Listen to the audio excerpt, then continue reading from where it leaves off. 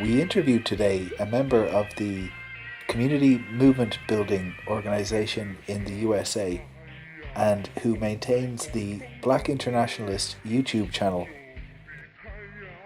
This is a channel with many excellent video essays and is well worth checking out.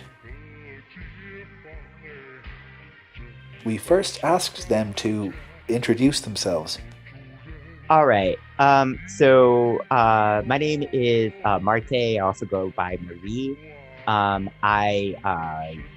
am the creator of the YouTube channel, The Black Internationalist. I'm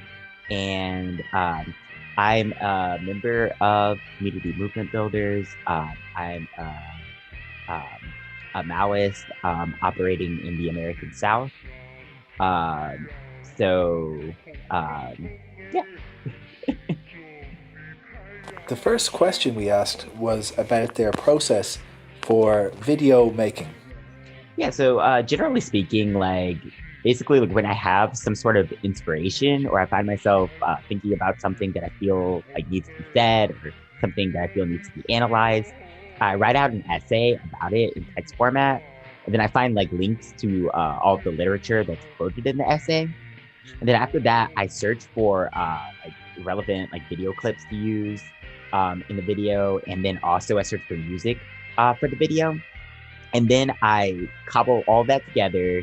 I use two different video editors and I add the recorded narration over that, which is just me reading the essay. And there we go. You have the video. The next question was what effects these new media are having on the masses. Okay, so to be completely honest, I would say that there are kind of some problems with the whole trend of individual propaganda creators, but also some benefits.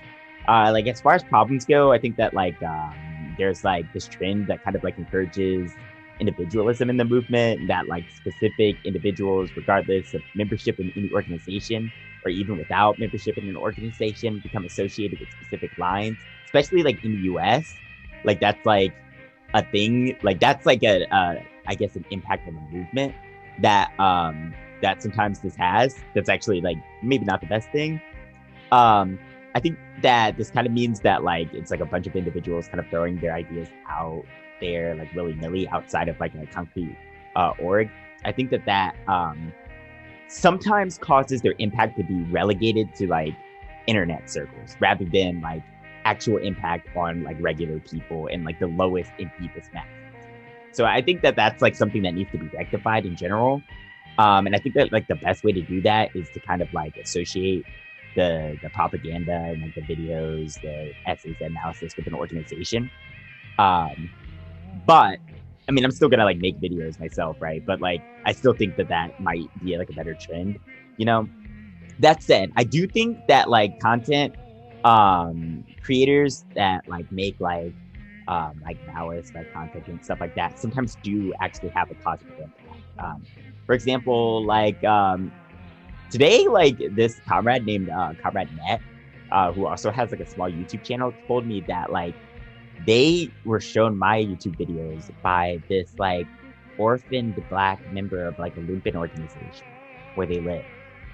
And I think that person is an example of the lowest and deepest masses that people who make content about revolution really need to reach.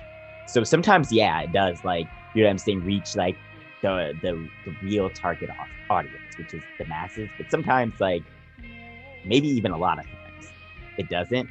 So I think that revolutionaries need to keep that in mind. You know what I'm saying? And really I don't know, just try to make sure that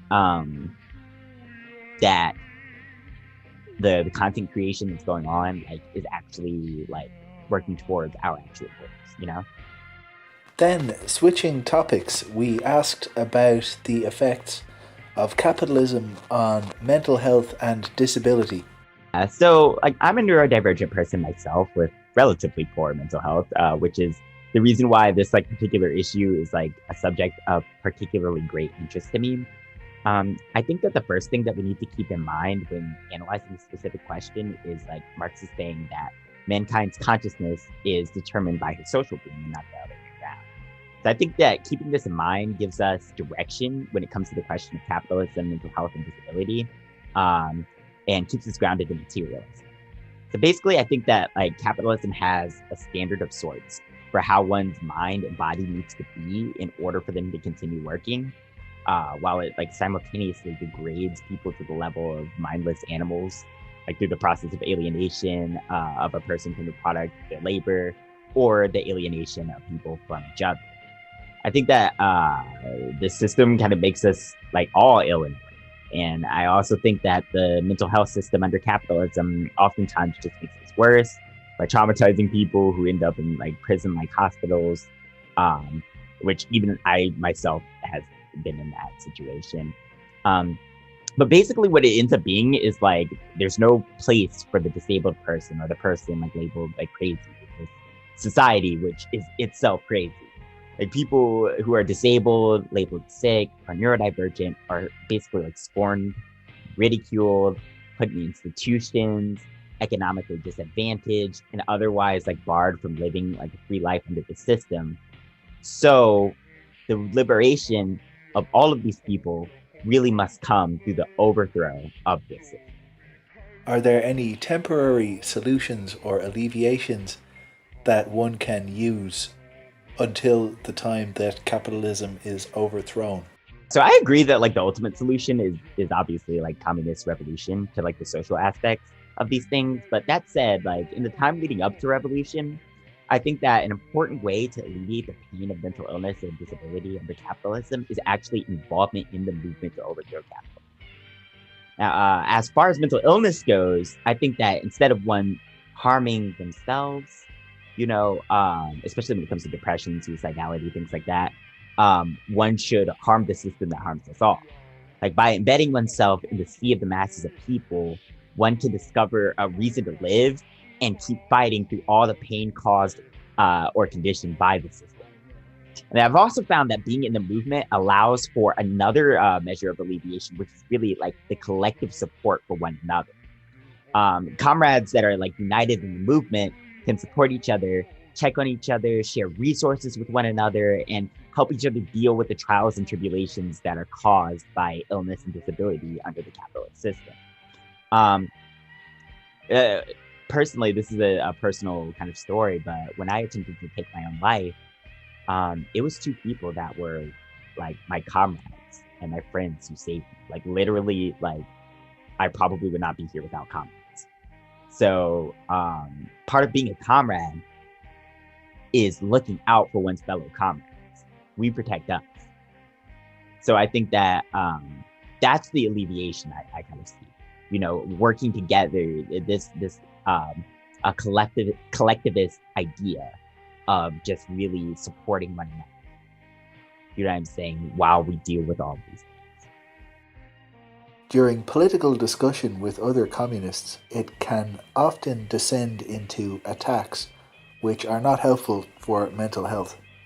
Part of it is just like understanding that like criticism should not just be like a personal attack. It should be like something that just is supposed to like make someone feel bad, should be like constructive.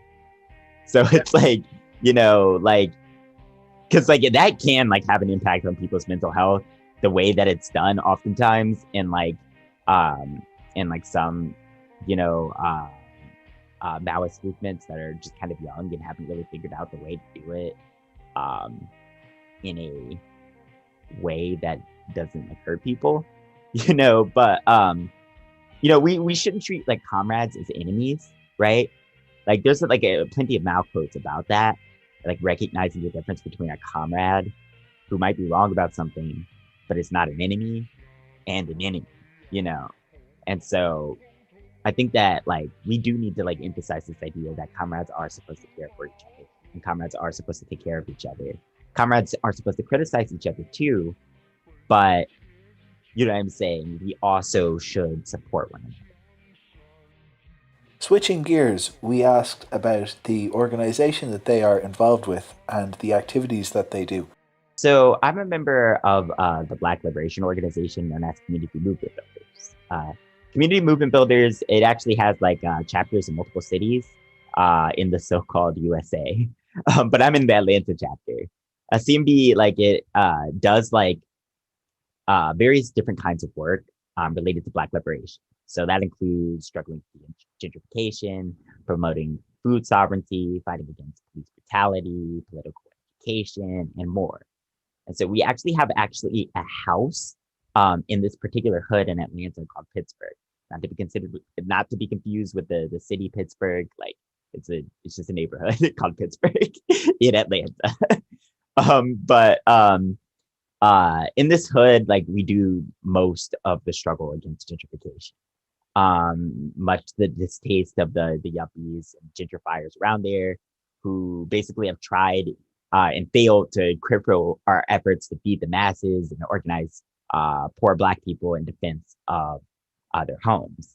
So one of the ways we engage with the community is by literally going door to door and talking with people, which I must say like has been like a very intriguing experience for me, like when I did it, because it made the contradictions that exist in like hoods that are undergoing gentrification exceedingly clear. It also like help make the needs of the masses like clear as well. So like one example is that I spoke to this one like this one like white woman, right? That was in their house. And in their window there was a Black Lives Matter sign, right? But when I talked to them, they didn't want anything to do with the anti-gentrification efforts, mostly because they were just a gentrifier, right? And on the other hand, like I spoke to like this guy who had been in the community for a while, right? And he said uh, that he was interested in there being like more things to do for youth in the community, and he was just totally okay with like sharing contact information with us. And he expressed like interest in participating in the anti-gentrification struggle. He was also interested in like the various like programs that CMB has, which like exist to like meet the needs of the masses of the area. So politics begin where the masses are. So like we basically just try to go to the masses and like try to see what they need and like work based off of that, especially in Pittsburgh. Like we are really like a local based organization. We next asked their assessment of the situation where they live and in the US overall. All right. So like in Atlanta, like the situation is like we have like this like majority like Black, like oppressed nation city with like a Black mayor. And yet like we still have this problem that you've probably heard of, which is like, like state violence, the police like murdering us, and the mayor of the city just allows this. So, it kind of shows that, you know, um, like just because like someone is Black, like it doesn't mean that they're really aligned with the actual like Black masses, right? Now, the masses of Black people are like tired of this. To the point where last summer there was even an armed occupation of the area where Rayshard Brooks was murdered by police. Um, and the people who took up arms and defended that area for a time came directly from the poor Black masses. I'm talking about like people that were like straight up from the hood, like just with no like it was like a spontaneous thing, you know. There were and that was a problem in some ways, but it was also like it kind of showed the like the will of the masses, that like people are willing to like take up arms to stop this like this violence against our communities.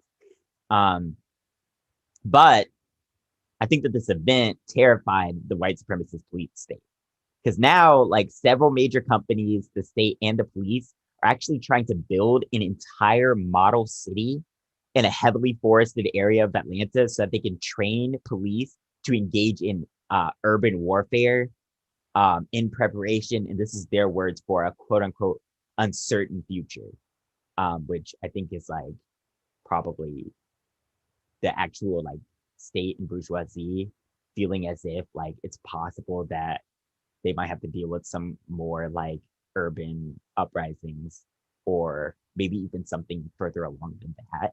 So they're like trying to train in preparation for that. If the city is built, the methods and techniques like developed there is like definitely going to be used against Black people and for counterinsurgency efforts.